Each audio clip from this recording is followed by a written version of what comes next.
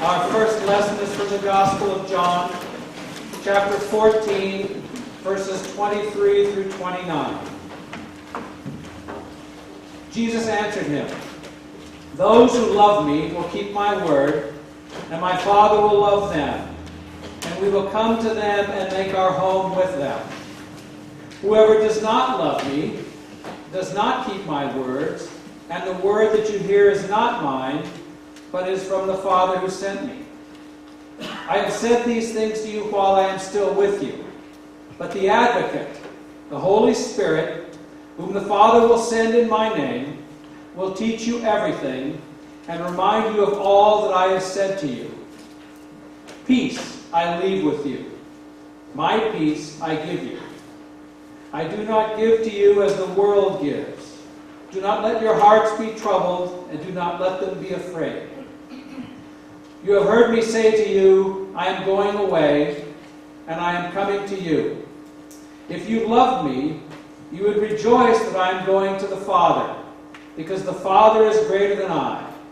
And now I have told you this before it occurs, so that when it does occur, you may believe." Please remain seated and sing together Now the Green Blade Rises, number 311, verses 3 and 4. Our second reading this morning comes from the book of Acts, chapter 16, verses 9 through 15. During the night, Paul had a vision. There stood a man of Macedonia, pleading with him and saying, "Come over to Macedonia and help us." So when he had seen the vision, we immediately tried to cross over to Macedonia, being convinced that God had called us to proclaim the good news to them. So we set sail from Troas and took a straight course to Samothrace, the following day to Neapolis, and from there to Philippi, which is the leading city of the district of Macedonia and a Roman colony. We remained in this city for some days. On the Sabbath day, we went outside the gate by the river, where we supposed there was a place of prayer, and we sat down and spoke to the women who had gathered there. A certain woman named Lydia, a worshiper of God, was listening to us. She was from the city of Thyatira and a dealer in purple cloth. The Lord opened her heart to listen eagerly to what was said by Paul. And when she and her household were baptized, she urged us, saying, "If you have judged me to be faithful to the Lord, come and stay at my home." And she prevailed upon us. This is the word of the Lord. Thanks be to God. So this saying, life is a journey, not a destination. It's a quote from Ralph Waldo Emerson. You've probably seen it before, maybe on like one of those encouraging posters in your workplace with like a kitten, or I don't know, maybe you have it like calligraphy on like reclaimed wood or in your house. But life is a journey, not a destination. It's kind of the perfect way to sum up the first part of our reading from Acts today, as Paul and Silas set out from Troas toward Macedonia. The book of Acts, as you know, is the story of the earliest church. It follows the lives of the disciples and other church leaders after Jesus' resurrection, after he ascends into heaven, returning to his place at God's side. The community of Christ followers begins to meet together and then starts to share their possessions and make sure that everyone has enough food, the things that they need, and they gather for meals and for worship. And then some of them get the travel bug, and they decide it's time to take this show on the road, branch out and share the story of this person, Jesus, who has changed their lives and transformed the way that they live and believe and relate to God. So Paul and Silas take on a journey to new places, meeting new people and spreading good news. Now, I said this quote, "Life is a journey, not a destination," is perfect for Paul and Silas in our reading today because their destination is a little bit broad. Macedonia is a large place. I would have wanted some kind of like a little bit narrower, like a GPS coordinates maybe would be helpful, But Paul and Silas demonstrate that they are committed to the journey, not the destination, and they set off in the general direction of God's work. They recount their trip, sailing from Troas to Samothrace, going to Neapolis, and from there to Philippi. And this whole scene just really reminds me of this moment from Indiana Jones. Oh, we're going to watch a commercial first. Any Indiana Jones fans here? Yeah, great. Okay, this is really good for them. You get it all set up. But he's Ready not to on go. Yeah, but they gotta get their commercials in. Okay, can you turn the fourth white knob from the left? Can you turn that up?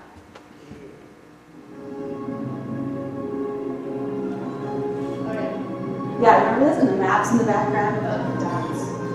From Troas to Neapolis to Philippi. It's very short.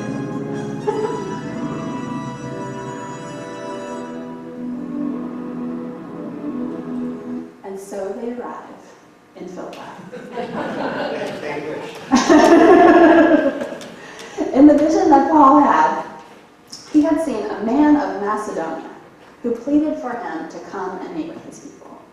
So as we've already said, Macedonia is kind of a large target, but Paul and Silas were not without some little bit of strategy. They decided to go to Philippi, which they described as the leading city of the district of Macedonia and a Roman colony. So in other words, Philippi is the Macedonianist place in Macedonia.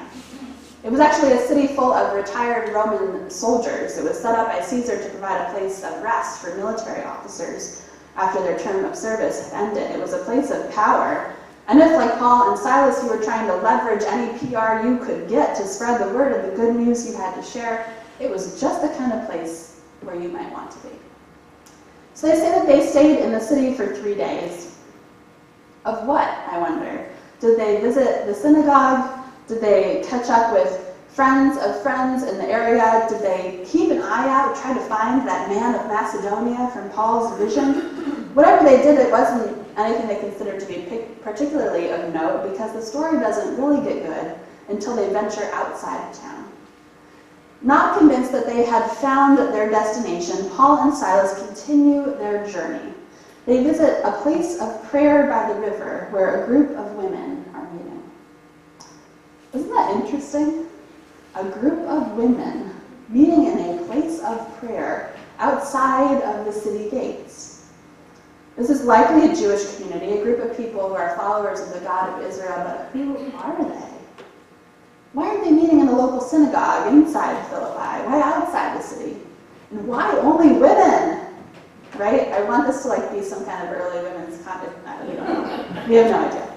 But we do know that oddballs and outsiders were Jesus' favorite kind of people to be around. And they're the kinds of people that the disciples keep meeting as they begin their ministry. Remember the Ethiopian eunuch, somebody who's not only a foreigner and a racialized other, but a person who was a member of a sexual minority group that traditionally wouldn't have had access to the temple, wouldn't have had permission to worship God. Then there's Cornelius, the Gentile, who calls for Paul to come because the Holy Spirit has already been there. They just need Paul to help them become baptized. There's no rhyme or reason or priority to where God's Spirit moves. And so in a way, of course, Paul and Silas would go in search of the group of women who gathered to pray at the river outside of town. And that's where they meet Lydia, who deals purple cloth. This makes her either someone who is very wealthy, who sells a costly commodity in the region, or also possible someone who's been pushed to the margins of society because the dyeing process involved in creating purple cloth would leave the dyer smelling of ammonia, to put it nicely. Either way, Lydia was a foreigner. She was not from here. And as such, well, in a way, again, she probably is where God is moving. And because she was with the women who were gathered to pray, and because Paul and Silas ventured outside the city gates, she and her entire household were baptized. My favorite part of the story is what comes next. In the English translation, it says that she prevailed upon them to stay in her home and accept her hospitality. In the Greek, there's a little bit more of a sense of she twisted their arm, she kind of coerced them into doing it, which I really love, because if you are a person who lives life as a journey, not a destination, it can be very hard to stop. In the reading from John that we heard this morning, that Dave read, Jesus tells us about what is going to be left behind when he is gone. He tells the disciples about the Holy Spirit and about God's peace. This Spirit, Jesus tells them, will abide with them. And that theme of God abiding, of God setting up a home to dwell in and among us is central to the book of John. It's what the Holy Spirit does. It abides in the church. It's what God has done in Jesus. It is what Jesus will do when he goes back to the Father and makes that house with all of the rooms, or literally places to abide. On the eve of his death, as Jesus tries to comfort his disciples, this is what he reminds them. Just as God abides with us, so we also are called to abide, to stay with one another. Have you ever heard this before? 80% of life is showing up. It's kind of true in a lot of ways, right? The interview that you really thought you were going to bomb, but it somehow led to a new career path, or the person that you met who became the love of your life, or the chance meeting that somehow altered your direction. It's how God works, I think. That 80% of our spiritual life, of our job as Christians, is to show up. Like Paul and Silas, it's going in the general direction of where God is calling us to go. It's venturing to the places on the outskirts where people without power are gathered. It's opening ourselves up to realize that the stranger and the foreigner among us is the very one God wants us most to meet. When Paul and Silas show up, when Lydia and her community show up, magic happens. Literally all they do is just go to the place where they know they're going to meet God, and together they are all transformed. It's like the magic that happens when we are grieving, and someone shows up to sit with us without platitudes or judgment. It's like the magic that happens when we're being discriminated against because of our gender or skin color or sexuality, and somebody shows up to advocate with us, to speak up on our behalf. It's like the magic that happens when we are lost or alone and somebody shows up, reminding us that we are worthy of love and care. Paul and Silas will continue their journey. They will meet many more oddballs and talk more about what God has done in their lives, but for now, they have shown up. And, well, you know that book in the Bible, Philippians? You heard of that one? It is a letter that Paul will later write to the church gathered in Philippi, Lydia's church, the one that will grow and blossom because she showed up. So this week, as we go about our regular lives, traveling not to Macedonia, but to our jobs and our kids' activities or the grocery store, wherever, I wonder what might grow and blossom simply because we show up. Let's show up for our coworkers, for our families, for the strangers we might encounter. It might mean we put down our phones and just listen to the person who we're with, the person that we love when they're talking to us. It might mean we follow the nudge in our souls to say hello to a stranger or to buy the coffee of the person behind us and run at dumps. Maybe showing up looks like just paying attention in the everyday places and spaces of our lives, watching expectantly for a new point of view, for a different way of understanding, for a changed perspective. Let's be looking, like Paul and Silas, like Lydia, for the movement of the Holy Spirit and the magic of transformation.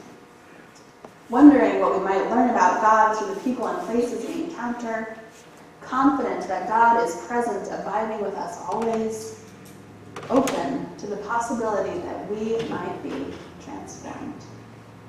This week, let's show up.